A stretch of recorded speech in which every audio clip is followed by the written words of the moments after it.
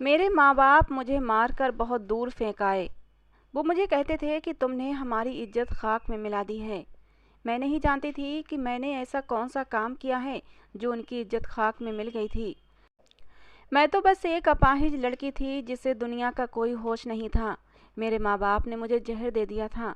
उनकी नज़रों में मैं मर चुकी थी, मगर किसी अच्छे और भले इंसान की मुझ पर नज़र पड़ गई और उसने मेरी जान बचाई। फिर वो मुझे अपने घर ले गया। कुछ साल बाद जब मैं 18 साल की हुई तो उसने मुझसे शादी कर ली। मैं उसके साथ बहुत खुश थी। एक दिन मेरी नौकरानी रोते हुए मेरे पास आई और कहने लगी, मैडम जी, मुझसे ये जुल्म देखा नहीं जाता। जब मैंने उससे पूछा कि कौन सा जुल्म, और तब वो बोली कि आज अपने बिस्तर की चादर हटाकर खुद देख लेना, आपको सब पता चल जाएगा कि साहब जी आप पर इतना मेहरबान क्यों हैं। रात को पति के सोने के बाद मैंने जैसे ही अपने बिस्तर की चादर हटाई तो मेरे सर पर आसमान गिर पड़ा। ऐसा लगता था कि जैसे अभी मेरी जान निकल जाएगी, क्योंकि मेरी चादर के नीचे तो मेरा नाम सीमा है। मेरे पापा प्राइवेट कंपनी में जॉब करते थे। मेरी माँ को भी जॉब करने का बहुत शौक था, मगर पापा ने उन्हें जॉब नहीं करने दी थी। पापा उनकी खूबसूरती की वजह से उन्हें बाहर नहीं जाने देते थे। मेरी माँ की शिक्षा मेरे पापा से कहीं ज़्यादा थी। वो कहती थीं कि मेरी काबिलियत से तुम्हारा बाप जलता है, इसीलिए मुझे जॉब नहीं करने देता। बस इसी वजह से दोनों के बीच हमेशा लड़ाई झगड़े चलते रहते थे। मम्मी की बातों में ज़्यादा हस्तक्षेप उनके दोस्तों का रहता था, जो हर वक्त अपनी महंगी चीज़ों का दिखावा करते रहते थे। मम्मी के अंदर भी इच्छा पैदा होती थी कि वो भी ऐसी महंगी महंगी चीज़ें इस्तेमाल करें। उन्हें अपनी गरीबी एक बहुत बड़ा ऐब लगती थी। हालांकि हमारे घर किसी भी चीज़ की कमी नहीं थी। पापा इतना कमा लेते थे जिससे घर का खर्चा बहुत ही अच्छे से चल जाता था। मेरी पैदाइश पर दोनों ही खुश थे, लेकिन जब उन्हें पता चला कि उनकी बेटी अपाहिज है तो वो एक दूसरे को इस बात का इल्ज़ाम लगाने लगे थे। उन्हें तंदुरुस्त और सेहतमंद बच्चा चाहिए था। मम्मी को अपने दोस्तों के सामने ये बताने में शर्मिंदगी होती थी कि उनकी बेटी अपाहिज है। पापा तो वैसे भी मुझे बोझ समझते थे। मैं सारा दिन अकेली बैठी रोती रहती थी। एक दादी ही थी जो मेरा ख्याल रखती थीं, मेरे पास बैठी रहती, और ऐसे ही करते करते मैं 12 साल की हो गई थी। मुझे कहीं भी जाने की अनुमति नहीं थी। मैं मम्मी पापा की लड़ाई झगड़ा देखती आई थी। मम्मी का बेपनाह हुस्न मुझे विरासत में मिला था, लेकिन इतनी खूबसूरती का क्या फ़ायदा जब मुझे कोई प्यार ही नहीं करता था। भगवान ने मुझे खूबसूरती दिल खोल कर दे दी थी, लेकिन मुझे चलने फिरने के लिए पैर नहीं दिए थे। जब आपको बोझ समझा जाए तो फिर आपके अंदर की सारी खूबियाँ कमी में बदल जाती हैं। पापा कहते थे, पता नहीं किस गुनाह की सज़ा में हमें यह अपाहिज लड़की मिली है। हालांकि मैं उनकी इकलौती औलाद थी।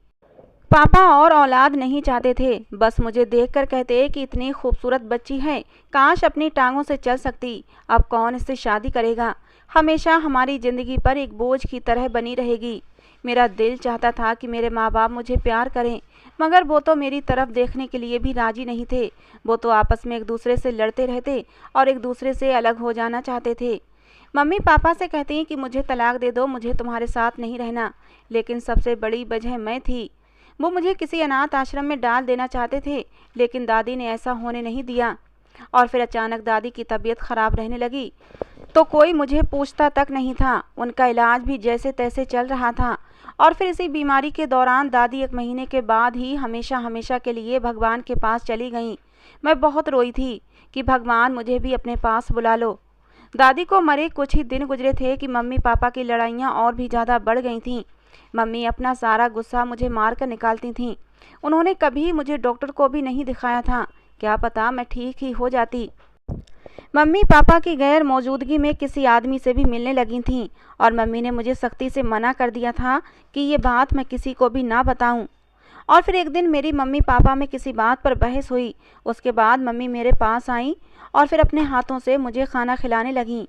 मैं हैरान हुई कि मम्मी को क्या हुआ है जो वो मुझे अपने हाथों से खाना खिला रही हैं, मगर मैं नहीं जानती थी कि इस खाने में जहर मिला हुआ है।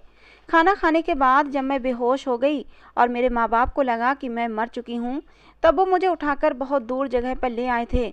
उस समय मेरी उम्र 14 साल थी।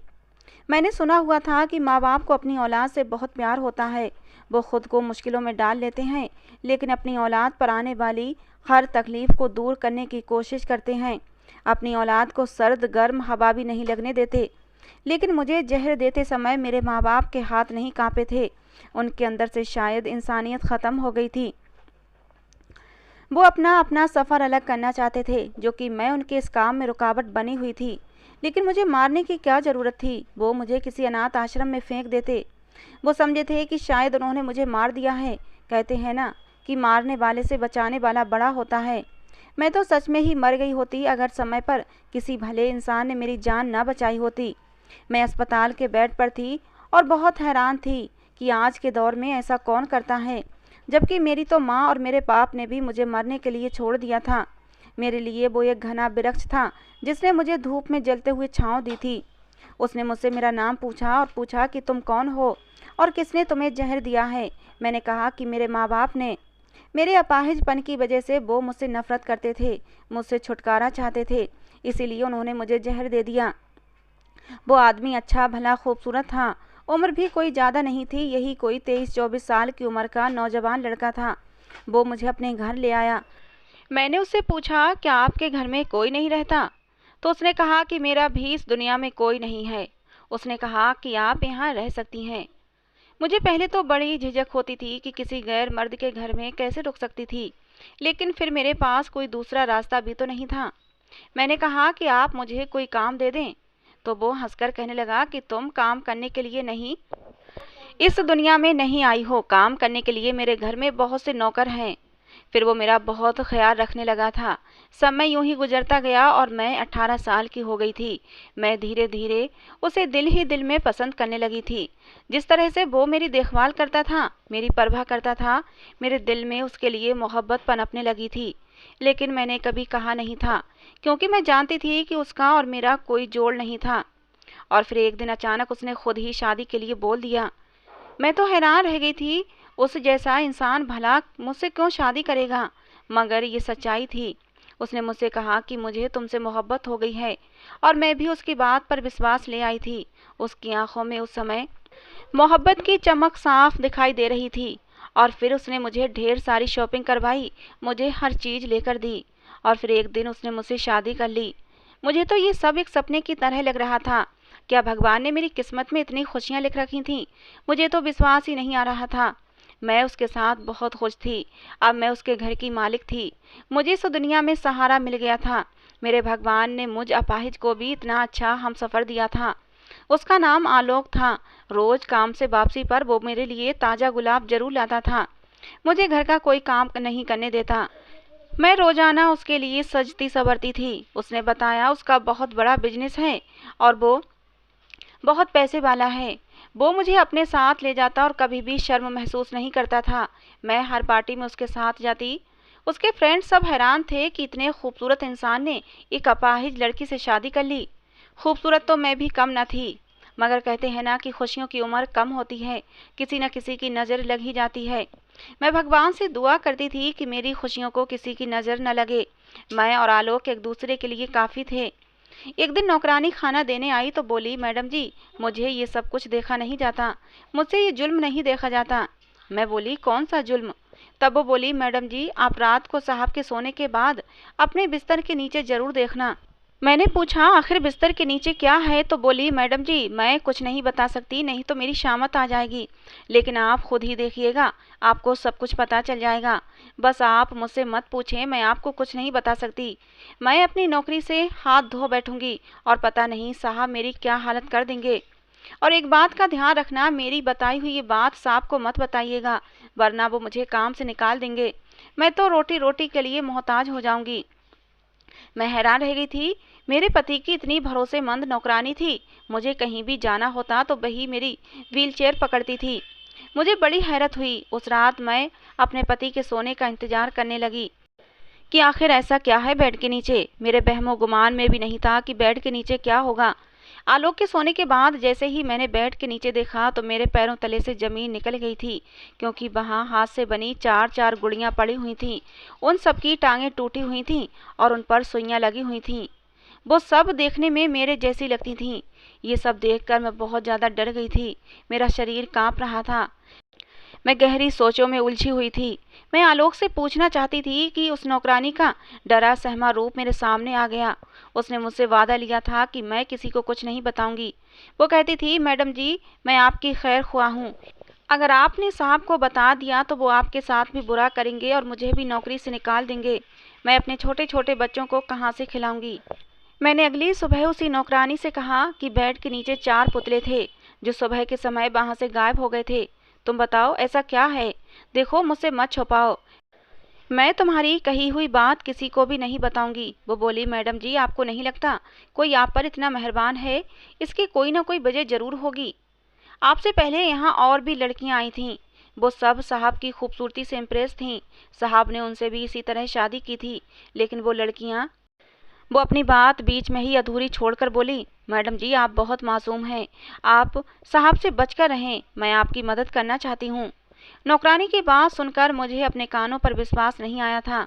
मैंने कहा, मुझे पहले ये बताओ उन पुतलों से क्या होगा? वो बोली, मैडम जी पहली वाली मैडम साहिबा के बेड के नीचे भी ऐसे ही पुतले रखे हुए थे। मैंने खुद देखा था। फिर कुछ दिन बाद ही वो मैडम मर गई थीं। साहब ने कहा कि किसी को मत बताना। साहब ने हम सबको बताने से मना किया था। नौकरानी की बातें सुनकर मुझे परेशानी ने घेर लिया था। मैंने उससे सलाह मांगी कि तुम ही बताओ मुझे क्या करना चाहिए। वो बोली, मैडम जी आपको यहाँ से अपनी जान बचाकर भाग जाना चाहिए। वो बोली, मैडम जी पास ही एक एनजीओ है, वहाँ पर अनाथ और बेसहारा लड़कियों को रखा जाता है। आप वहाँ चली जाएं। यहाँ पर आप बेमौत मारी जाएंगी। मैं वो पुतले देखकर और नौकरानी की बात सुनकर बहुत डर गई थी। मेरा दिल ये सब मानने से इनकारी था। आलोक तो मेरा कितना ख्याल रखता था, मेरे इलाज के लिए इतना चिंतित रहता था। उसने कहा था कि मैंने डॉक्टर से बात कर ली है। डॉक्टर ने उम्मीद दिलाई है कि तुम जल्दी ही ठीक हो जाओगी, तुम्हारा इलाज हो जाएगा और तुम अपने पैरों पर खड़ी हो सकोगी। वो मुझे इतना चाहता था, फिर वो ये सब कुछ कैसे कर सकता है? कैसे वो मेरी जान ले सकता है? मुझे समझ नहीं आया कि मैं किसका यकीन करूं और किसका ना करूं। नौकरानी एक दूसरी नौकरानी को लेकर आई। उसने भी वही कहानी सुनाई। दूसरी नौकरानी के मुंह से ये सब सुनकर मैं अब सच में डर गई थी। उस नौकरानी ने मेरी बहुत मदद की थी।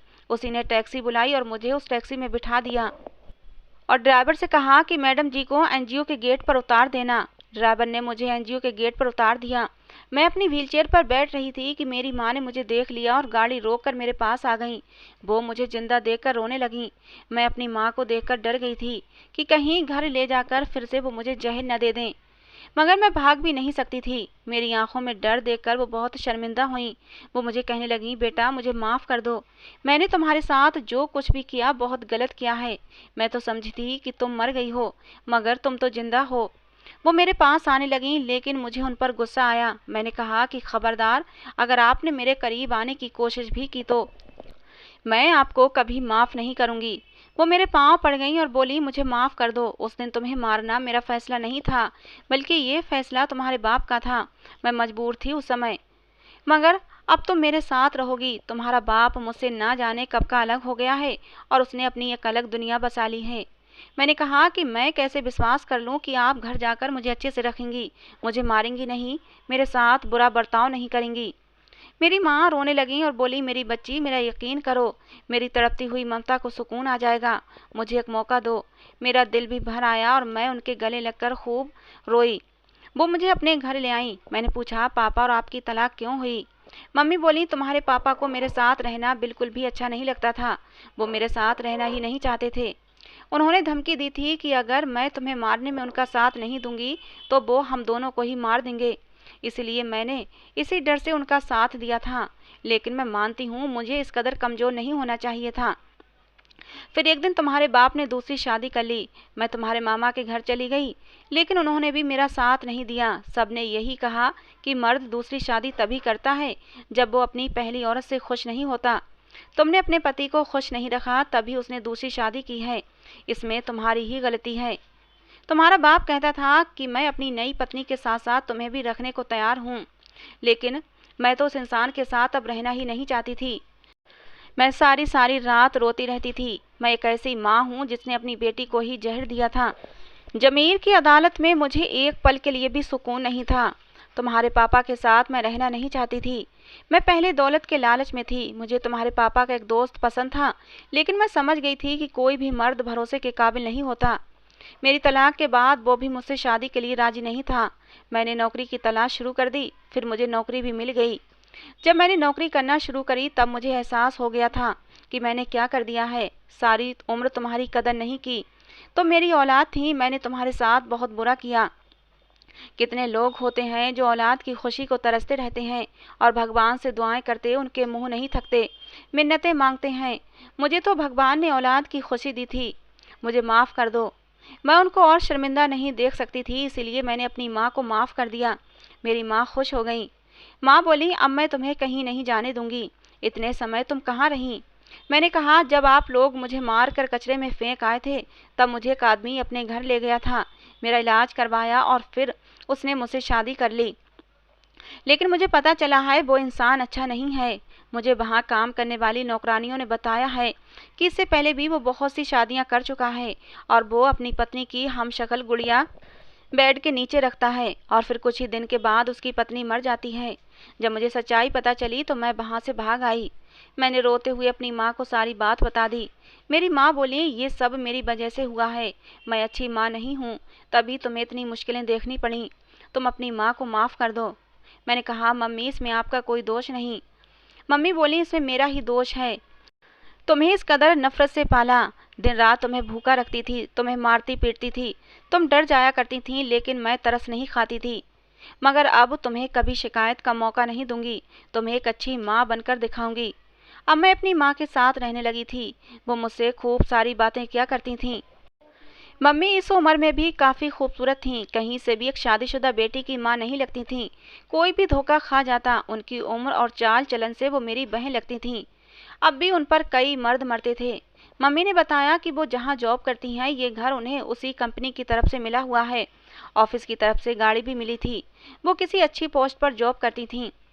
मुझे कहा कि मैं जल्द ही तुम्हें तुम्हारे पति से तलाक दिलवा दूंगी, तुम्हें घबराने की ज़रूरत नहीं है। अब तुम अकेली नहीं हो, तुम्हारी माँ तुम्हारे साथ है। माँ की बात सुनकर मैं खुश हो गई थी कि मैं अकेली नहीं हूँ। मुझे कहीं ना कहीं आलोक को छोड़ने का दुख जरूर था। मुझे आलोक की याद भी सताती थी, लेकिन मैं उस इंसान की शख्सियत से जानकार नहीं थी कि वो कैसा है और आगे मेरे साथ क्या कर सकता है। मम्मी ऑफिस से वापस आकर मुझसे खूब सारी बातें करती, मुझे बताती कि मैं अपने पुराने सभी दोस्तों को छोड़ चुकी हूँ। सब मुझे नीचा दिखाती थीं। उन्होंने ही मेरे अंदर जहर भर दिया था। मैंने कहा कि इंसान गलतियों से ही सीखता है। कुछ दिनों के बाद मम्मी ने मेरे सामने तलाक के पेपर रखे और कहने लगी, ये पेपर मैंने तैयार करवा लिए हैं, तुम इन पर साइन कर दो। तलाक के पेपर देखकर मेरा दिल ना जाने क्यों धड़क उठा था। मैंने पेपर माँ से ले लिए। मैंने कहा कि मैं सोच समझकर साइन कर दूंगी। मैं रोज़ पेपर देखती, लेकिन मुझे साइन करने की हिम्मत नहीं होती थी। माँ मुझसे रोज़ पेपर मांगती कि तलाक के पेपर पर साइन कर दो, जिससे कि आलोक से भी इन पेपरों पर साइन करवाए जा सकें। मुझे यहाँ रहते 1 महीना हो गया था। एक दिन रात को प्यास की वजह से उठी। वैसे तो मम्मी मेरे कमरे में पानी का जग रख देती थीं, लेकिन आज मेरे कमरे में पानी नहीं था। मैं अपनी व्हीलचेयर पर बैठी और किचन में जाने लगी, लेकिन मुझे माँ के कमरे से आवाज़ें आ रही थीं। मुझे हैरत हुई कि सुनूं तो सही कि आखिर मेरी माँ किससे बातें कर रही हैं। रात के समय मम्मी के कमरे में कौन हो सकता है? मम्मी ने तो कहा था कि उन्होंने सबसे संबंध तोड़ दिए हैं। मैं गौर से सुनने लगी, किसी मर्द की आवाज़ थी। मम्मी को वो आदमी कह रहा था कि तुम जल्द से जल्द अपनी बेटी को तलाक दिलवाओ, वरना मैं तुम्हें नौकरी से निकाल दूंगा। शायद वो मेरी माँ का बॉस था, लेकिन रात के समय वो भी माँ के कमरे में। मुझे ये सब ठीक नहीं लगा। फिर वो कहने लगा, तुम जो मुझसे शादी के सपने देख रही हो, तुम्हारे सपने तभी पूरे होंगे जब तुम मेरा काम करोगी। अगर मैं तुमसे अपना घर और गाड़ी वापस ले लूँ तो तुम सड़क पर आ जाओगी। तुम अभी तक अपनी बेटी को तलाक नहीं दिलवा सकी हो, और मैंने इतना कुछ किया। तुम्हारी बेटी की नौकरानी को पैसे दिए, उसको घर से निकलवाया, तुम्हारी बेटी के दिल में शक पैदा किया, झूठे पुतले बनाकर रखे, और तुम उससे अभी तक तलाक के पेपर्स पर साइन नहीं करवा सकी हो। ये अपाहिज लड़की मेरे बेटे की ज़िंदगी में नहीं होनी चाहिए। मैं हैरान थी। ये मेरी ही बात हो रही थी। यकीनन ये आदमी मेरे पति का बाप था। मेरी माँ बोली, जैसा तुम बोलोगे वैसा ही होगा। अब तुम्हें शिकायत का मौका नहीं मिलेगा। मैं अपनी बेटी के दिल में जगह बना चुकी हूँ, और उसके दिल में जगह बनाते बनाते इतना समय लग गया। वो बहुत भोली भाली है। मैं उससे तलाक के पेपरों पर साइन करवा लूँगी। अब मुझे सारी बात समझ आ गई थी। मुझे अपनी कमअक्ली पर गुस्सा आया था। मैंने इतने मोहब्बत करने वाले पति पर विश्वास नहीं किया। मैंने कितनी आसानी से उसको छोड़ दिया। जो माँ अपनी बेटी को जहर दे सकती है, वो भला अचानक इतनी अच्छी कैसे हो सकती है? ये सब एक सोची समझी चाल थी। वो नौकरानियां भी मिली हुई थीं और मैं उनकी बातों में आ गई। उन्होंने ही वो गुड़ियां मेरे बेड के नीचे रखी थीं और ये मनगढ़ंत कहानी बनाई थी। मुझे एकदम घुटन का एहसास हुआ। मैं यहाँ से निकल जाना चाहती थी। मैं चुपचाप जाकर अपने कमरे में लेट गई। मैंने मम्मी को बिल्कुल भी एहसास नहीं होने दिया कि मैं उनकी सच्चाई जान चुकी हूँ। अगले दिन मम्मी ऑफिस गईं तो उनकी नौकरानी मुझ पर नज़र रखने के लिए आ गई। वो हमेशा मेरे साथ रहती थी। पहले मुझे नहीं पता था कि ये मुझ पर नज़र रखती है, लेकिन जैसे ही माँ की हकीकत मुझ पर खुली, मुझे पता चल गया कि ये मेरी माँ की ख़ास नौकरानी है और मुझ पर नज़र रखती है। मैंने उसे कहा कि मेरी मदद करो, मैं तुम्हें मुँह मांगी रकम दूंगी, तुम मुझे मेरे पति के घर ले चलो। मेरी माँ बिल्कुल भी अच्छी नहीं है, वो एक जालिम औरत है। वो बस मेरे सामने अच्छा बनने का नकाब चढ़ाए हुए है। मैंने कहा मुझे तलाक दिलवाना चाहती है, मेरा घर बर्बाद कर देना चाहती है। मेरा घर बर्बाद करने के बाद उस अमीर आदमी से शादी करके वो मुझे अकेला छोड़कर चली जाएगी। तो मेरी मदद करो, भगवान तुम्हें इसका फल देगा। उस नौकरानी को शायद मुझ पर दया आ गई थी और उसे कुछ पैसों की भी ज़रूरत थी, इसीलिए वो मान गई। मैंने तुरंत अपने हाथों में पहने हुए सोने के कंगन उस नौकरानी को दे दिए। मैंने कहा कि मैं इसके बाद भी तुम जितनी रकम मांगोगी उतनी दूंगी, बस मेरी मदद कर दो। वो खुश हो गई थी। वो मुझे कांटों में बिठाकर सीधा आलोक के पास आ गई। मेरा पति अभी तक मेरी यादों में तड़प रहा था और मेरी याद में सूख कर आधा हो गया था। मुझे देखकर हैरान हुआ और बोला, तुम कहाँ चली गई थी बगैर बताए? मैंने तुम्हें कहाँ कहाँ नहीं ढूंढा। ऐसी कौन सी गलती हो गई थी जो तुमने मुझे छोड़ दिया? मैंने कहा, आलोक मुझे माफ़ कर दो। तुम्हारी खास नौकरानी ने मुझसे कहा था कि तुम लड़कियों को इस्तेमाल करते हो और फिर उन्हें जान से मार देते हो। उसने मेरी हमशक्ल पुतले भी दिखाए थे जो उसने बेड के नीचे रखे हुए थे। मैंने आलोक को सारी कहानी बताई। नौकरानी को ढूंढा गया तो वो घर में कहीं भी नहीं थी। आलोक को तो कुछ भी पता नहीं था। जब मैं घर छोड़कर गई तो उस नौकरानी ने ही आलोक को बताया कि वो अपने माँ बाप के पास चली गई है। उसने आलोक से कहा कि तुम्हारी पत्नी अब कभी वापस नहीं आएगी। वो ये कहकर गई है कि मैं कभी नहीं आऊँगी। मैंने आलोक से कहा कि मैं डर गई थी, मुझे माफ़ कर दो। मैंने तुम्हारा विश्वास नहीं किया और एक गलत इंसान पर विश्वास कर लिया। जिस लड़की के माँ बाप ने उसे इस्तेमाल करके अपने मतलब के लिए फेंक दिया हो, वो लड़की ऐसी ही बन जाती है। उसे किसी पर विश्वास नहीं रहता।